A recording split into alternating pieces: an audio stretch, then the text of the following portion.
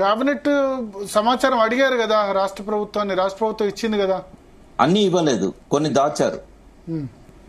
మరి దాచినప్పుడు అప్పటి ప్రభుత్వం తరపున వీళ్ళ దగ్గర కూడా ఏదో డాక్యుమెంట్స్ ఉంటాయి కదా, ఇవ్వలేరా? చెప్పాడు కదా హరీష్ రావు గారు, ఇట్లాంటి పరిస్థితి వస్తుంది అనుకుంటే మేము అవన్నీ పెట్టుకునే వాళ్ళము. వాళ్ళు చాలా భరోసాతో ఉన్నారు కదా భరత్ గారు. ఒక్క రోజు ముందు కూడా నేను కేసీఆర్ గారిని అడిగితే 70 సీట్లు వస్తున్నాయని ధీమా వ్యక్తం చేశాడు. వాళ్ళందరికి పెద్ద షాక్ కదా. Okay okay. సో ఇప్పుడు నెక్స్ట్ ఈటెల రాజేందర్. అసలు ఈటెల రాజేందర్కి అసలు సంబంధమే లేదు. అసలు ఆ ప్రాజెక్టుకు ఆయన ఏ రకంగా సంబంధం లేదు. కేవలం ఏదైతే రెవెన్యూకు అంటే ఆర్థిక పరమైన పర్మిషన్స్ అనుమతులు ఏవైతే వస్తాయో అందులో డీటెయిల్ గా పోయి ఒక్కొక్క దానికి ఎంత అవుతుందని లెక్కలు చేయదు. ఎందుకంటే ఇరిగేషన్ లో ఉండే ఆడిట్ డిపార్ట్మెంట్ ఎస్ఎస్ఆర్ రేట్ల ప్రకారం కాంట్రాక్టర్స్ కు ఎంత టెండర్ లో ఎంత పెట్టాలి, బిడ్స్ ఎంత పెట్టాలి, ఈ ప్రాజెక్టుకు ఒక్కొక్క కాంపోనెంట్ కి ఎంత ఖర్చు అవుతుంది, ఇది ఆర్థిక శాఖ చేయదు. ఇది ఇరిగేషన్ లో ఉన్న ఆడిట్ డిపార్ట్మెంట్ చేస్తుంది. ప్రపోజల్స్, ఎస్టిమేషన్స్ అన్ని ఇరిగేషన్ నుంచి వస్తాయి. వీళ్ళ కన్సర్న్ ఎంతవరకు అంటే 90 లక్షల కోట్లు కావాలంటున్నారు. మన దగ్గర ఉన్నదా, ఎన్ని సంవత్సరాలు ఇవ్వగలుగుతాం, దానికి అనుమతి ఇవ్వడం వరకే ఉంటది తప్ప ఏ రకమైన బాధ్యత వాళ్ళకు ఉండదు. అది కూడా సెక్రటరీకి ఉంటది. ఈయనకంటే ఎక్కువగా రామకృష్ణారావు గారు బాధ్యులు అవుతారు ఏమన్నా అవకతవకలు జరుగుతాయి. రాజేందర్ కి ఎటువంటి ఆరోపణలు నిలబడవు ఆయన మీద చేసే. ఎందుకు సెక్రటరీ కంటే మినిస్టర్ కి ఎందుకు రెస్పాన్సిబిలిటీ ఎక్కువ?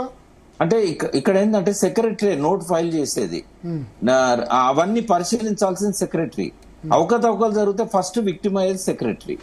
ఇంకోటి ఏంటంటే మంత్రి విషయంలో ఏంటంటే ఇక్కడ వీళ్ళు ఇచ్చిన 60 పేజీలలో కొత్త రాష్ట్రము ఆర్థిక పరిస్థితిని గమనించకుండా నిర్లక్ష్యం చేశాడు అనే మాట మాట్లాడారు. కొత్త రాష్ట్రము ఆర్థిక పరిస్థితి ఇవన్నీ ఘోష్ గారికి ఎందుకండి? ఆ పర్టికులర్ బ్యారేజ్ లో రేవంత్ రెడ్డి తీసుకున్న నిర్ణయం కరెక్టో కాదో చెప్పాలి, మన రాజేందర్ తీసుకున్న నిర్ణయం కరెక్టో కాదో చెప్పాలి.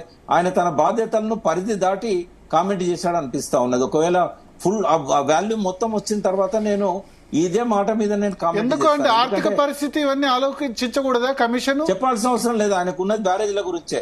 కనీసం బ్యారేజ్ల దగ్గర ఉన్న పంపుల గురించి కూడా ఘోష్ గారు మాట్లాడలేదంటే ఇంకా ఆయన పరిధి లోపలనే ఉండాలనుకున్నాడని అర్థమవుతుంది కదా.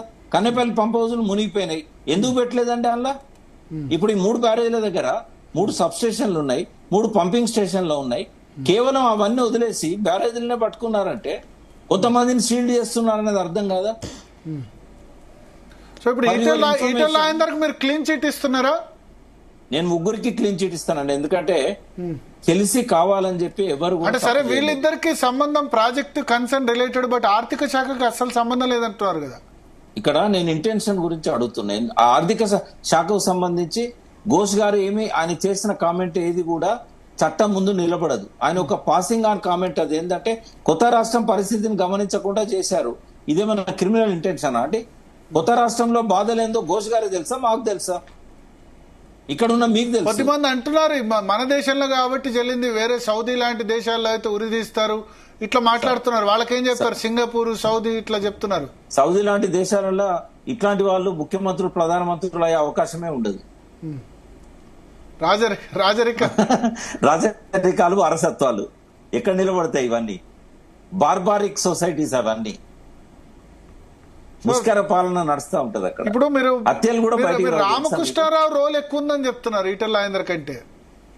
అంటే రామకృష్ణారావు సెక్రటరీ కాబట్టి, ప్రిన్సిపల్ సెక్రటరీ కాబట్టి, ఒక పైసా ఖర్చు అయినా, ఒక పైసా ఆదాయం వచ్చినా ఆయనదే మెయిన్ బాధ్యత ఉంటది. ఇక్కడ మంత్రులు ఎవరైనా 5 ఏళ్ళు ఉంటారు, లేకపోతే 3 ఏళ్ళు ఉంటారు, లేకపోతే 3 రాత్రులకే తొలగించవచ్చు. బట్ పర్మనెంట్ గా ఉండేది సెక్రటరీ కాబట్టి ఆయనకు ఉండే బాధ్యత. బిజినెస్ రూల్స్ విషయంలో సెక్రటరీస్ కి ఎక్కువ responsible, bureaucrats total responsibility secretaries కే ఉంటది. ఇప్పుడు అరెస్ట్ చేసినా కూడా ఇక్కడ ఇరిగేషన్ సెక్రటరీలను, నల్ల వెంకటేశ్వర్ లాంటి వాళ్ళను, నాగేంద్ర లాంటి వాళ్ళను, ఓఎండ్ఎం గానీ, ఈఎన్సీ గానీ వాళ్ళ మీదకి వస్తుంది తప్ప క్రిమినల్ కేసులు ఏమన్నా వస్తే కేసీఆర్ మీదకి, హరీష్ రావు మీదకి రాదు.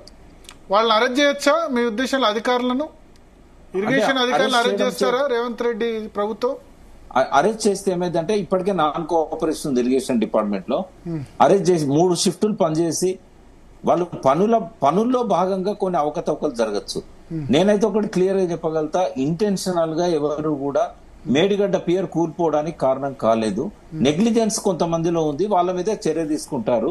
ఇర్రెగ్యులారిటీస్ ఏవైతే ఘోష్ గారు చెప్పారో వాటి మీద విచారణ జరుగుతుంది. మళ్ళీ వాటి మీద ఎఫ్ఐఆర్ ఇష్యూ చేయాలి, లేదా ఒక పర్టికులర్ ఆర్గనైజేషన్ తో దాన్ని ఎంక్వైరీ చేయించాలి, ఏసీబీ కావచ్చు, లేకుంటే ఇంకొక ఆర్గనైజేషన్ కావచ్చు, సిట్ కావచ్చు, ఇంకోటి కావచ్చు. అప్పుడు వాళ్ళు ఇచ్చే రిపోర్టు మీద వీళ్ళు అరెస్ట్ చేయొచ్చు, కేసులు పెట్టొచ్చు, ఆరోపణలు చేయొచ్చు. బట్ ఇంటెన్షన్ అనేది ముఖ్యం. ఇంటెన్షన్ ప్రూవ్ కాకపోతే కేసు నిలబడదు. అప్పుడు chief secretary S K Joshi plus ఆయన ఇరిగేషన్ సెక్రటరీగా ఉన్నారు, ఆయన రోల్ ఎంతవరకు ఉంటుంది? అంటే ఇప్పుడు ఇవన్నిట్లో శాంక్షన్ లో ప్రిన్సిపల్ సెక్రటరీ ఆఫ్ ఇరిగేషన్ దే మెయిన్ ఉంటది, చీఫ్ సెక్రటరీ కూడా పెద్దగా ఉండదు. అంటే రెండు ఆయనే ఉన్నారు అప్పుడు. అంటే ఉన్న టైంలో అప్పటికి కాళేశ్వరం నాకు తెలిసి ఆల్మోస్ట్ ఫస్ట్ టర్మ్ లో ఎస్కే జోషి, సెకండ్ టర్మ్ లో ఎలక్షన్స్ అయిన తర్వాత రజత్ కుమార్, కానీ రజత్ కుమార్ పేరు మెన్షన్ చేయనట్టున్నారు. రజత్ కుమార్ కూడా ఎవిడెన్స్ ఇచ్చాడు. ఆయన టైం వరకు, రజత్ కుమార్ టైం వరకు ఆల్మోస్ట్ కంప్లీట్ అయింది కదా భరత్ గారు. ఇప్పుడు 21 జూన్ 2019 వరకే ఈ ఇనాగరేషన్ కంప్లీట్ అయింది. కానీ మరి మెయింటెనెన్స్ ఆల్సో ఇంపార్టెంట్ కదా. మీరు అన్నారు మెయింటెనెన్స్ సరిగ్గా చేయలేదు కరోనా పీరియడ్ లో. దానికి ప్రిన్సిపల్ సెక్రటరీకి సంబంధం ఉండదు. దానికి ఓన్డెమ్ ఎవరైతే ఈఎన్సీ ఉన్నారో అక్కడ particular project, irrigation department overall గా ఓన్లీ ఆపరేషన్ అండ్ మెయింటెనెన్స్ వాళ్ళదే రెస్పాన్సిబిలిటీ, అంతేనా? అంతే అయితే సెక్రటరీకి ఉండదా? సెక్రటరీ ఓవరాల్ ఇన్ఛార్జ్ కదా.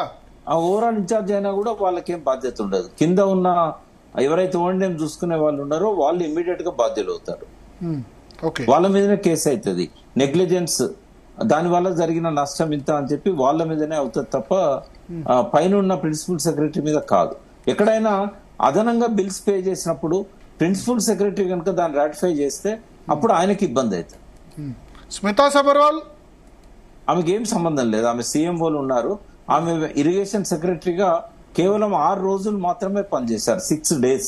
నవంబర్ 28 నుంచి డిసెంబర్ 4, 2023 అంతే. 6 రోజులు పనిచేసిన ఆమెకి ఎటువంటి అప్పటికే కూలిపోయింది మేడిగడ్డ. సీఎంఓలో ఒక అసిస్టెంట్ గా ఉంది ఆమె సీఎం గారికి. ఎటువంటి సంతకం పెట్టే అధికారం ఆమెకు లేదు. కాబట్టి ఆమె మీద ఎటువంటి కేసు కూడా నిలబడదు, పెట్టడానికి కూడా లేదు. మరి లేబుల్ ఫర్ యాక్షన్, మరి కమిషన్ ఎందుకు లేబుల్ ఫర్ యాక్షన్ అని ఇచ్చింది ఆమె మీద కూడా? అంటే చాలా సమాచార లోపం ఉంది ఘోష్ గారికి. రెండవది అవగాహన లోపం ఉంది. ఈ 2 విషయాలు అయితే 60 పేజీలను చూసి నేను అభిప్రాయానికి వచ్చాను. ఎందుకంటే స్మితా సబర్వాల్ కన్సర్న్డ్ ఉద్దేశం లేదు. అంటే ఆ డిపార్ట్మెంట్ సీఎంఓలో ఇరిగేషన్ డిపార్ట్మెంట్ ఆమె చూస్తారు కదా, ఎందుకు సంబంధం ఉండదు? యాక్చువల్లీ ఆమె ఏం చూస్తారండి, ఫైల్ ప్రిన్సిపల్ సెక్రటరీ ఏమన్నా ఫైల్ ఇస్తే సీఎం ముందు పెడుతుంది. దానికి ఏమైనా బాధ్యత ఉంటుందా అండి ఆ చిన్న పనికి? ఒకవేళ సీఎం చెప్పారనుకోండి ప్రిన్సిపల్ సెక్రటరీ పిలువండి అని, పిలుస్తుంది. ఆ ప్రాజెక్ట్ ఎందుకు లేట్ అవుతుంది అంటే వాళ్ళకి ఫోన్ చేసి అడుగుతుంది. ఇది ఒక చిన్న ఉద్యోగం ఆమెది అక్కడ సీఎంఓలో. ఎటువంటి సంతకాలు పెట్టే బాధ్యతలు ఆమెకు లేదు. ఎక్కడ మరి సీఎంఓలకు సంబంధించి ఏ రెస్పాన్సిబిలిటీ ఉండదు, మరి ఏ సంతకం ఉండదంటే వాళ్ళకి సీఎంఓలో పనిచేసే అధికారులు ఇంపార్టెంట్ అనుకుంటారు కదా చాలా. భరత్ గారు, బ్రిటిష్ ఇండియాలో ఉన్న చట్టాలను, రాజ్యాంగాన్నే చాలా వరకు అంబేద్కర్ గారు ఫాలో అయ్యారు. మన వాళ్ళు కూడా దాన్నే ఫాలో అవుతున్నారు. దీనిలో ఒక మైనస్ పాయింట్ ఏంటంటే ఇక్కడ ఎప్పుడైనా అధికారులనే బలి చేసే చట్టాలు ఉన్నాయి తప్ప పాలకులకు ఎప్పుడు కూడా సేఫ్ సైడ్ ఉంటారు. వాళ్ళకు తప్పించుకోవడానికి అన్ని అవకాశాలు ఉంటాయి, లాక్యునాస్ ఉంటాయి. వాళ్ళు ఫిక్స్ కారు. ఎన్ని ఘోరాలు చేసినా, నేరాలు చేసినా ఏదో రేర్ కేసులలో రాజకీయ కక్షతోని బలి చేయాల్సిందే తప్ప అధికారికంగా వాళ్ళు దొరకరు. సుప్రీంకోర్టు పోతే అది కూడా వాళ్ళు కూడా బయటపడతారు.